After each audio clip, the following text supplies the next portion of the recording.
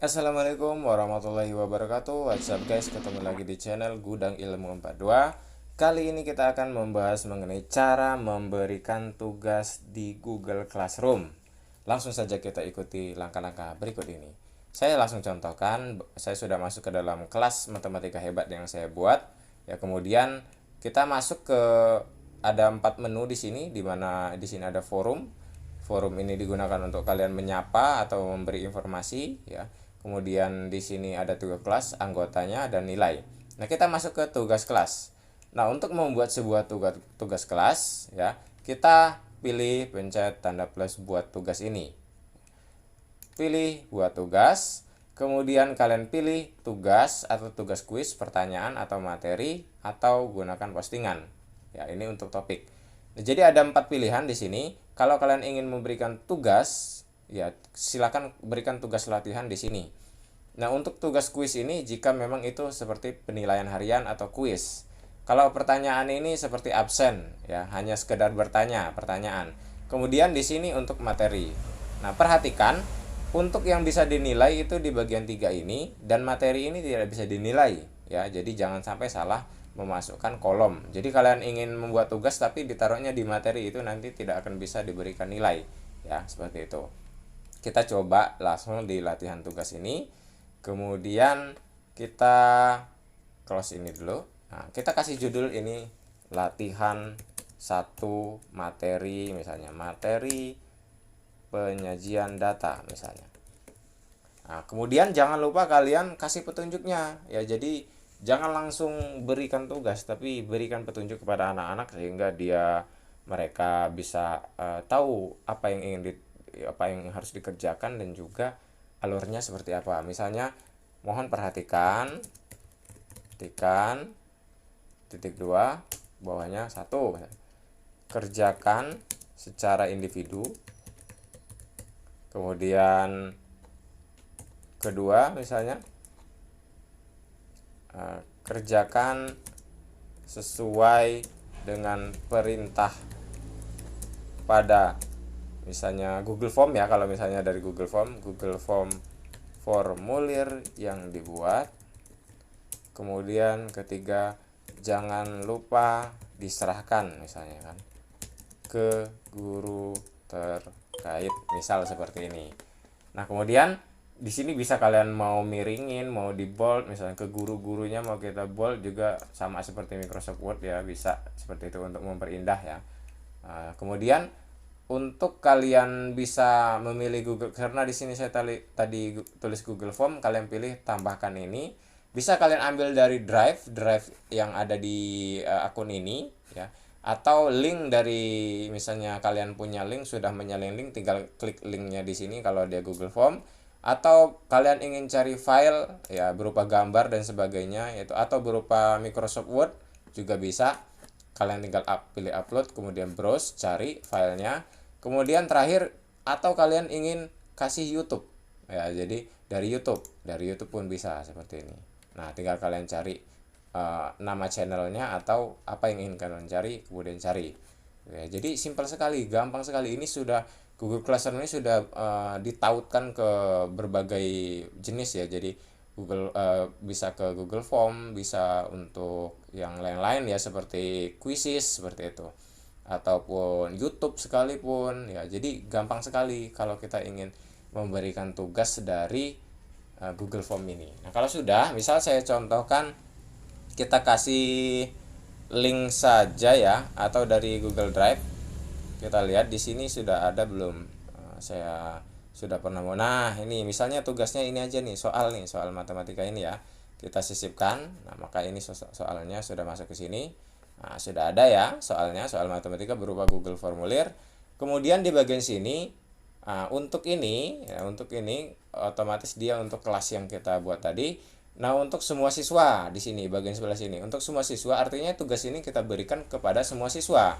Tapi kalau misalnya kita ingin memberikan ini berupa remedial misalnya, jadi remedial kan tidak semua siswa remedial, jadi tinggal kalian pilih untuk beberapa siswa yang ada di dalam kelas ini ya. Misalnya yang remedial hanya 2 orang, kirim saja kepada 2 orang tersebut dengan cara mencentang checklist seperti ini. Kemudian nilainya, poin nilainya bisa kalian tidak dinilai atau dinilai dengan bobot poin 100 gitu ya. Bisa seperti itu. Aduh, ke kelas. Bisa seperti itu. Ya akan lebih baik kalau kalian nilai ya, misalnya nilainya 100 seperti itu. Nilainya 100. Atau bisa per 10 pun boleh ya, terserah kalian lah. Sesuai dengan kemauan kalian. Bisa diketik saja kok, tinggal kalau misalnya mau nilainya 10. Tapi idealnya 100. Kemudian kalian akan memberikan tenggat batas waktunya. Ya, jadi terakhir mengumpulkannya kapan? Misalnya saya buat ini terakhir mengumpulkannya besok tanggal 23 April 2021 dengan waktunya misalnya jangan jam 12 malam ya. Jam 20 lah ya, 20.00. Aduh, kebanyakan. Jam 8 malam misalnya terakhir ngumpulnya. Jadi kalau sudah lewat dari jam 8 tanggal 23 April ini sudah terlambat, sudah tidak bisa mengirimkan ya. Nah, untuk topik penting sekali, kita akan buat topik. Misalnya topik ini materinya mengenai penyajian data ya. Kenapa harus buat topik? Saya sarankan buat topik karena topik ini misalnya ada materi mengenai penyajian data nih. Penyajian data misalnya pertemuan pertama misalnya ya. Pertemuan 1. Pertemuan 1. Penting sekali, jadi semua akan dikelompokkan ke dalam materi penyajian data tapi pertemuan 1, baik itu materi, tugas, absen, jadi masukin semua ke dalam topik ini.